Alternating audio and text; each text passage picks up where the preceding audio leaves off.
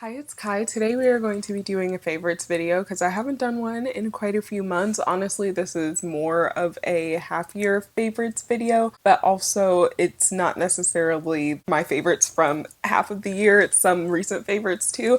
Anyway, it's going to probably be a little bit of a longer video, so we're just going to stop the chatter and get right into it. I usually don't really have food favorites. I'm definitely a person who hyperfixates on certain foods, but usually it's something like French fries and hamburgers or just something that's really simple. But these in particular, these slap so much. They are so good that I have gone and bought like 6 or 7 of them at a time, basically enough for me to eat one every single day. And honestly, I do eat one almost every single day. I actually need to go grocery shopping so I can pick up more of these. And it's the Alexia Mexican style street corn with Parmesan and mild red chili. It's just kind of like these pre-served like little single meal things, and honestly I wouldn't say that this is enough for most people for a full meal. It's definitely not as big as like a Chipotle bowl, but as someone who has gastrointestinal issues such that eating smaller meals at a time actually works a lot better for me, I actually find these really nice and easy to eat. It's like enough to fill me up but not enough to make me too full or to give me acid reflux.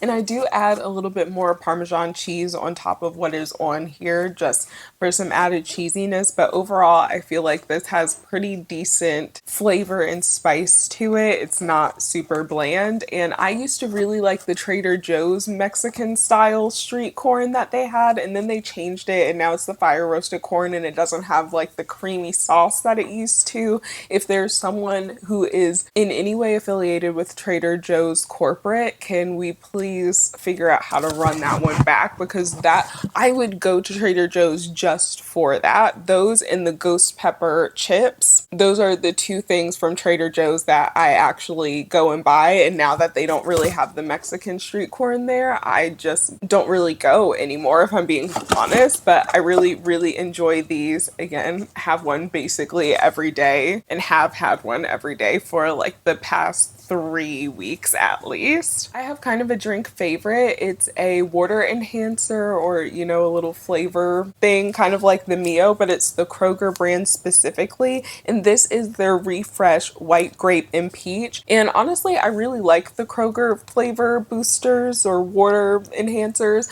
I really do enjoy them, but this one in particular, if you're a person who likes the white grape Welch's sparkling juice, you should definitely try this. It definitely has, of course, the peach underlying it as well, but it definitely gives the water, like if you added this to a sparkling water, you would basically have that kind of Welch's grape or white grape fizzy drink, but it does taste just as good in regular flat water. This is my second one. I'm almost done with it, so again, I need to go grocery shopping so I can pick up another one of them. And honestly, this flavor is one of the ones that I see constantly sold out or almost sold out. Again, really like this one. It's my favorite flavor that I've tried of all of them, though the blackberry citrus flavor is a close second. I really like that one too. Moving on to my more beauty adjacent favorites, the first one I have is actually period or menstrual care, and it is from Raelle. They sent this to me. This is their pain relief roll-on for cramps. It has camphor, menthol, and magnesium, so it does smell a little bit like icy hot, but honestly it's not too much. I don't feel like I'm walking around and just kind of wafting icy hot off of me, but I have to say I do feel like this helps with my cramps. It has a little bit of like a cooling feeling, so maybe that is a distraction more than it actually calming, but I feel like there's something about the magnesium in this probably that actually does kind of dull my period cramps, especially along with some aspirin. I have had periods that honestly haven't been super painful, and I have super painful, very heavy flow, like just those types of periods. So the fact that I'm able to get something manageable, and even my last period, sometimes I'll have ones that just aren't as bad as other ones, and for my last period I think I only had to take ibuprofen 1 or 2 times, so I mostly used this. They also have the heat patches. It's almost like a little, you know, those hand warmer type materials, but it has a adhesive patch to put on your underwear. Honestly, I prefer this one to that. If I'm being completely honest, I feel like this works better to help with my menstrual cramps. Then we have the Cake Beauty Heavy Cream Hand Balm, and this is honestly, I had to put it in here because, as you guys know, in my project pan, I have a hand cream in it, and honestly, despite having that in my project pan,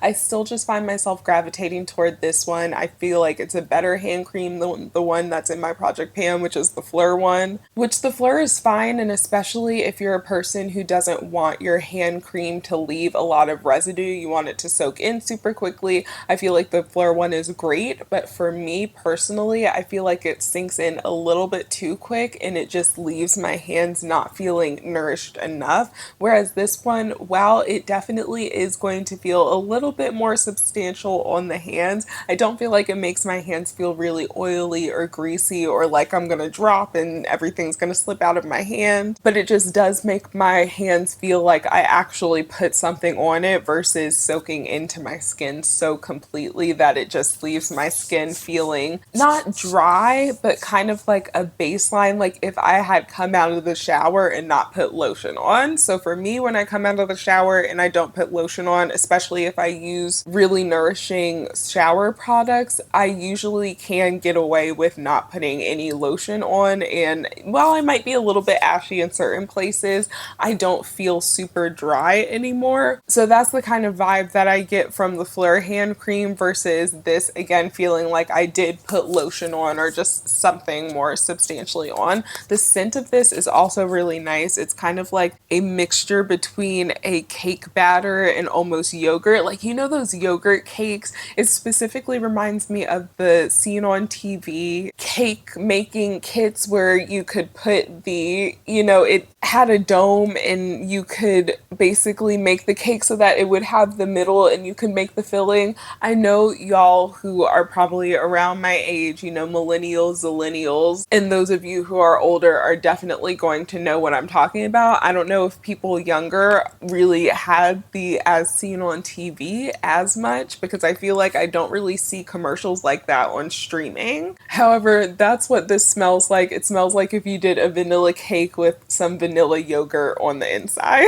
That was such a roundabout way to describe the scent of this. My next favorites are the EOS Just Pink Champagne in general. I have both the lotion and the body wash. And the EOS body washes, I honestly am really impressed by them. First of all, a little goes a long way. This I was using almost for, I want to say, 3 or 4 weeks straight every single shower that I took, though admittedly I wasn't taking as many showers. I talked about that in my life update video and went into all of the nitty gritty about having to drive to other people's houses to take showers. But that is that on that, and this is the body wash that I was taking with me to and fro, and it is still mostly full. So again, a little goes a very long way with this. And then the pink champagne scent, it is just this wonderful fruity, musky, it almost kind of has a fruity shampoo-y type of vibe to it, and it just smells so nice and clean but still fun. And since I was using the body wash a lot, I decided to use the pink champagne lotion as well, which I really like this. I need to re-up on it because I'm so close to being done with it, honestly. Closer than I would like to because this is my favorite EOS lotion. I actually did a ranking of all of the EOS lotions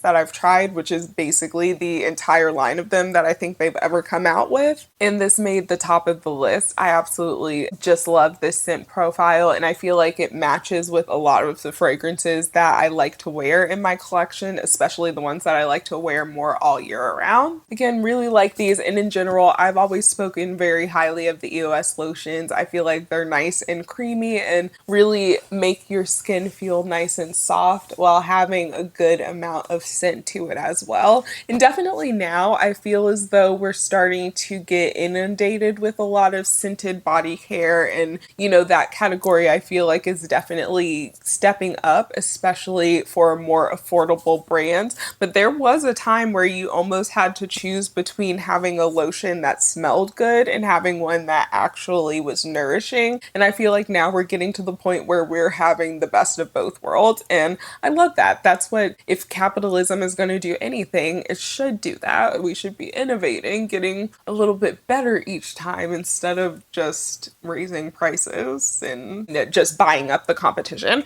Anyway, we don't need to talk about that. Since we're talking about scented faves, we should go over my favorite fragrances as of late. I have 5 Scents Happy Tears, which this one is just so freaking gorgeous. I think this is my favorite 5 Scents fragrance of all time. I could inject this in my veins. I could drink it. I love this one. It smells like orange blossom dryer sheets, and you guys know I love a good clean fragrance, and orange blossom is one of my favorite white floral notes. So I just love everything about this. It's so good. If they made a laundry detergent in this, I would buy it. If they made candles and room care and just anything in this scent, I quite literally would buy it because it is so wonderful. And I am like shaking my bottle to hear how much I've actually used thus far. And it's a little bit scary how much I've used thus far, especially since it's not, a clear bottle. So I won't know how much I have left. But definitely check out 5 Scents. I think you can probably sample or smell this in Sephora. I want to say it's been out long enough now that Sephora's will have a tester of it, but honestly, it's one of my favorites from 5 Scents, again, if not my favorite. And the other one that I have been wearing a lot, because honestly, I've just been liking things that are really simple, soft, clean smelling. I haven't wanted to do too much, especially since I've been doing a lot of Rover and I'm outside doing walks, and even when I'm inside, I'm just with other people's animals.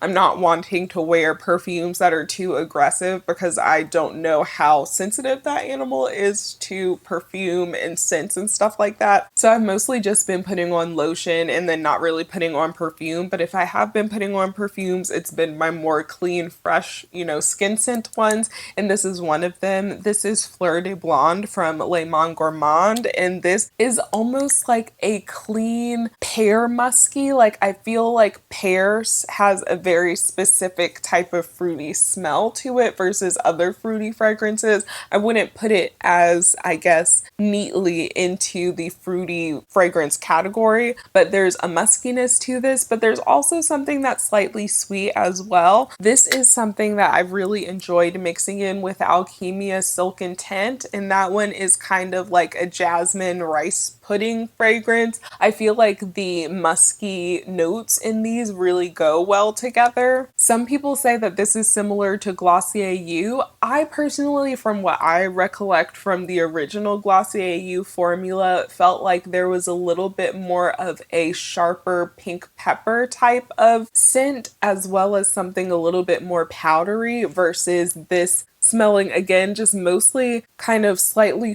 fruity sweet, but in a pear way, and then having muskiness, but also in a pear way. A really easy wear if you want to try it out. I do have a Le Monde Gourmand code now. You can use Kai10 for some money off of your Le Monde Gourmand purchase, but also I think these are available at Ulta now. I know that they have a selection of their fragrances available there. I don't know if it's everything, but I think they've been very slowly, or not slowly, I should say more steadily than slowly. They've been steadily adding more of their scents into Ulta. I definitely missed a body care favorite. It was kind of hiding underneath my leg, but I have been using, and this was a favorite for 2024 overall anyway, but this is the C&D Solar Oil Nail and Cuticle Care Oil. I just really enjoyed this nail oil. I feel like it is lightweight, and it doesn't, while of course it's an oil, if you're like touching things, it's going to add a little bit of an oily residue to them. I feel like it's not as bad of an oily residue compared to a lot of other nail oils, or even just body oils and lotions and things like that, body creams. You can probably tell by how it's moving around that it's a lighter weight oil. It also has a nice kind of light floral scent to it. So it's something that doesn't smell too like aggressive when I put it on my nails, I guess, or it doesn't smell industrial, maybe is the better way to say. It doesn't smell like a nail salon or like nail stuff, even though nail salons do kind of smell good, but it just doesn't have that very chemically industrial nail salon chemicals type of smell. Because I have been using press-ons again, I've just been biting my nails so bad. When I take them off, I'm trying to make sure that my nails aren't getting brittle and thin and as worn down the way that they were when I was just doing press-ons after press-ons and never giving my nails some chance to breathe. So I do like to give myself, when I soak my nails off, like 2 or 3 days now in between putting more press-ons on, and then I'll put this on usually just at night, but sometimes depending on the health of my nails I'll do day and night, and it definitely helps with my nails not having those ridges and not having, you know, like where it gets white and it's like peeling. It helps with that, and just in general keeping my nails a little bit stronger than if I'm just applying the press-ons back to back to back. Now into the makeup favorites, which I have more makeup favorites than I definitely anticipated. I feel as though because I've been a little bit more bogged down in my project pan, I've felt like, at least in the last year or so, like I haven't had a lot of makeup favorites, but since I have been finishing some of those project pan products or getting really close to finishing them, I've been experimenting and jumping around my collection a little bit more, so I've had some fun stuff to play with and enjoy. The first one is probably the least exciting. It's a clear lip balm, Phytosurgence. What is the name of this? Clear Coast Calm Conditions Lip Balm, or it's the Calm Conditions Lip Balm in the shade Clear Coast. A mouthful, but a well-earned and deserved mouthful, because again, this has been my favorite lip balm as of late. I even sometimes wear it overnight. While I usually will opt for a more lip mask type of product like my topicals or something like that, sometimes if I'm just feeling a little bit like I don't want to, or sometimes when I don't want to walk and go get a lip balm from somewhere else, I will just use this one. It's really nice and nourishing on the lips without being slippy or slimy or anything like that. It kind of has a little bit of a plush feel on the lips versus something that's super, again, slippy or heavy. So I love that one. It definitely helps the condition of my lips, and honestly, I'm surprised that I've been using the clear one as much as I have, because there's also tinted versions, and while I do use the tinted versions a lot in my makeup looks or even just my day-to-day life, I have honestly been gravitating toward the clear one a lot. Next is the Flower Beauty Light Illusion Full Coverage Concealer. I finished one of my Project Pan concealers. I did a Project Pan update semi-recently, so you can definitely check that out if you're interested to see what products I've finished thus far. But spoiler alert, if you haven't seen that, I did finish one of the concealers for my Project Pan. So I replaced it with this Flower Beauty one because I was like, I've had it for a really long time. I feel like I need to use it up before it goes bad. It doesn't smell like it's gone bad, so that's why I'm still fine with using it. Like, it smells like paint, but paint is how it always smelled to me in my personal opinion. So again, I don't feel like it smells off or like it's gone bad, but this is just a really good concealer, honestly. First off, the shade, it is neither too yellow nor too red or orangey. It's just the perfect shade for my under eyes personally. I'm not wearing it today. What I was wearing today, I was like, wow, this is actually really, really yellow, and especially with my skin getting darker in the summertime, something that's really, really yellow is stark. It's kind of like on Love Island. I love my girls down, Shelly and Alandria, but you can definitely tell as they've gotten tanned that their concealer shade is looking a little bit too yellow versus their skin, and it's like they looked fine in the first few episodes, and then they got their, you know, bronze summer skin, and it just looked a little bit off, and that definitely happened to me. But I like to opt for something a little bit more on the neutral side of things when I am a little bit tanner and it works out a lot better for me. So this color is magnificent, but the formula is also really good. It has great coverage to it. A little goes a long way, especially if you're not someone who's looking for super full coverage. And what I also really like about this is that it's not super matte, but it's also not something that's too slippy slidey. Again, you know, dewy underneath the eyes. It sets down really well with all of the powders I've used it with. It's not something that I feel like is finicky or that I have to be careful with the other complexion products I'm using it with. So it's just not a fussy concealer at all. And I've seen that it's on sale for a really long time on Ulta's website, so I'm afraid that they're discontinuing this. If they are thinking of discontinuing this,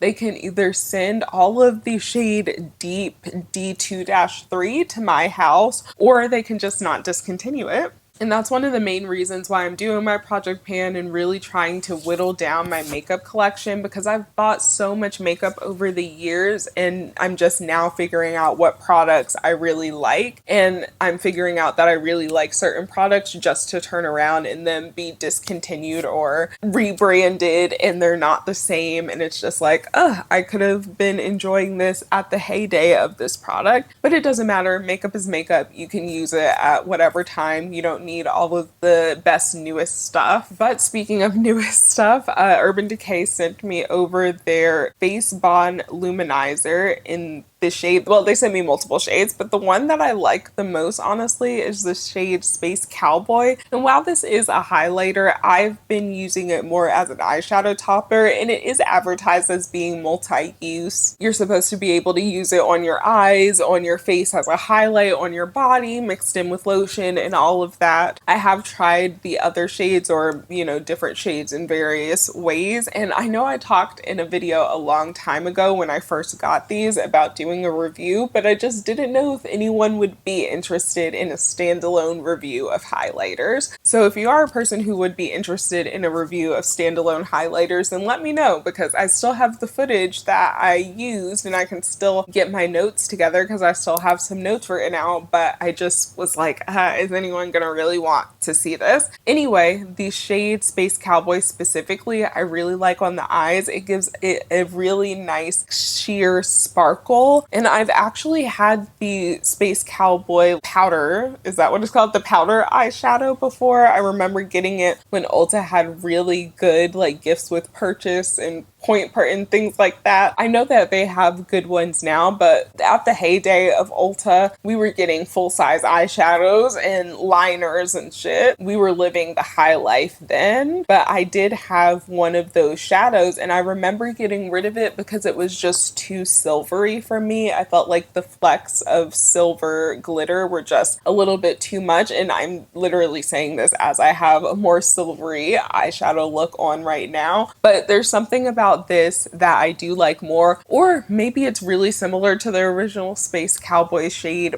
but I just have grown and I'm a person who wears cool toned eyeshadows a little bit more now. Either way, I really like this as an eyeshadow topper. I honestly have not used it on the cheeks at all because I don't know how I would like the kind of pearlescent, you know, micro shimmer glitter in here, but on the eyes as an eyeshadow topper, it just reflects light so beautifully, and it's really simple. Especially with how hot it's been, I've been finding myself using the Danessa Myricks Color Fix Matte in the shade Rustic, and I know that I've been saying this is discontinued. It actually is not discontinued, it's just only available on the Danessa Myricks website. I got it from Sephora originally, but it's just not one of the shades that Sephora offers anymore. Who knows? But anyway, this is the shade Rustic, which is a really nice burnt orange type of shade, and I really like using this. Number one, I can use it all over the face, eyes, lips, cheeks, you know, but I really like using this on the cheeks and lips, especially to do a nice warm summer, you know, monochromatic type of look. A lot of the time I'll do that with no eyeshadow and just a little bit of mascara or even a light dusting of an eyeshadow. This is really pigmented, so I often don't use it if I just want a light dusting of something on the eyes, because these can get out of hand really really quickly. But when I do want an orange base for an eyeshadow look, this is definitely one I go toward because they're waterproof, so they really last nicely through the sun and the heat. I've been especially wearing these on a lot of my rover walks, and I've noticed that even today, like this is my makeup after a rover walk, but I feel as though you would be able to see my blush even more if I had worn this. This makes it look like I didn't sweat through my makeup and it didn't move around at all. It's something that has a little bit of a learning curve, so I definitely recommend, you know, putting it on a palette, on the back of your hand, something like that. Just don't go straight with it in on your face the way that a lot of beauty YouTubers, influencers, everyone often does. Definitely one that you want to do a little bit at a time and build it up, but I really do like that one, especially for the hotter months. When I haven't been wearing that one on my cheeks, honestly, I've been wearing a lot of my Phytosurgeons blushes. Even today, I'm wearing one. It's exothermic, but the two that I've been wearing more recently, mainly because they got sent to me and I've been wanting to try them out and use them, but I've still fallen in love with them, so they go in a favorites video, is their shades Scorch and Incense, and these are both kind of like dusty versions of different colors that they kind of already offer. So this is almost like a dusty beige shade, and I absolutely love this one on my skin. It is really good for just any type of look. A very nice, slightly warm tone, but mostly again just kind of shows up as a almost brownish type of blush on me. And then the shade Incense is a little bit deeper. This one has almost a little bit of a brown coral undertone to it. There's maybe even a little bit of red to it as well. On my skin, it definitely comes up as a warm pink type of color, but it's not warm in the orangey way. It's hard to explain, but I really like these. The Phytosurgeons blushes have great pigment. There's a lot of different colors for basically any skin tone and any type of blush look that you want to do. And in general, again, they last pretty well through the heat, even though I'm sure my blush wore off a little bit from this morning, or not, I'm sure. I do know my blush has worn off a little bit from this morning. I definitely think you can still see my blush, so I feel like that says a lot. They're also really easy to blend out, so even if you do pick up a little bit too much, which sometimes can be easy with these, admittedly, they have a nice creamy formula that picks up on the brush pretty well, but they blend out super nicely as well since they are so creamy. So again, these are not necessarily a new favorite, just these shades in particular are kind of new favorites to me. And then coming around the home stretch, I have the Milani Conceal and Perfect Blur Out Powder in the shade Translucent. And admittedly, the shade Translucent, especially when I already have a concealer that's maybe a little bit too light for me, or even a foundation that's a little bit too light for me, this can almost, I don't want to say it gives a white cast, but it can lighten those parts of my face that I put it on because, you know, this is the translucent shade and I'm definitely a deeper, you know, complected person. I don't know if they have maybe a medium shade. I feel like the deep shade that they've had in some of their other powders has often been a little bit too deep for me to use, especially underneath my eyes. I feel like the kind of mid-tone dark skin girls like myself get lost a little bit because I feel like the darkest shades, like usually it'll end up being the deepest shade, which our deepest dark skin girlies shouldn't have to deal with that either, like their shade being the absolute last shade all of the time, but often that shade will be too dark or it's often too red. And then the shade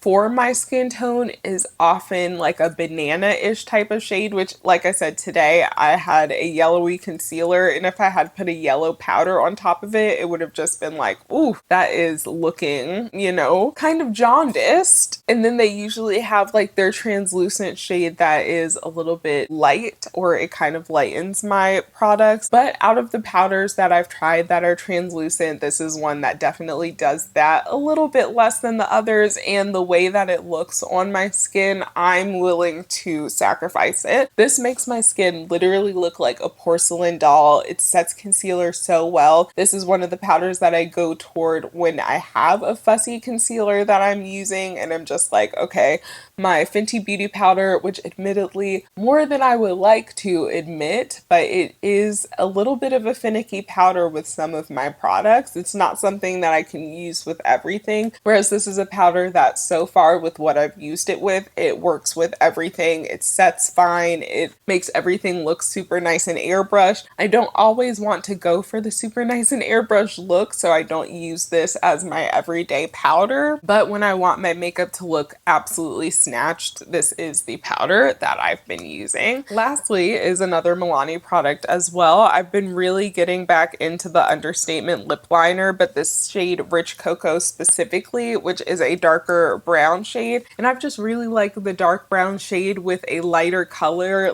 usually a lighter kind of brownish beige gloss. I've just been liking that look a lot, so I've been using this liner a lot more than some of the other ones I normally use. Even today with this lip that I have on right now, I feel like I would have liked it a little bit better if I had this lip liner on. It's just something that is universal for me at this point. Anywho, those are all of my favorites at the moment. Let me know what your favorite products you've been using over the past few months or even over the past half year have been. I hope you guys enjoyed this video and that you're staying safe and healthy wherever you are when you're watching this, and I'll talk to you guys in the next one.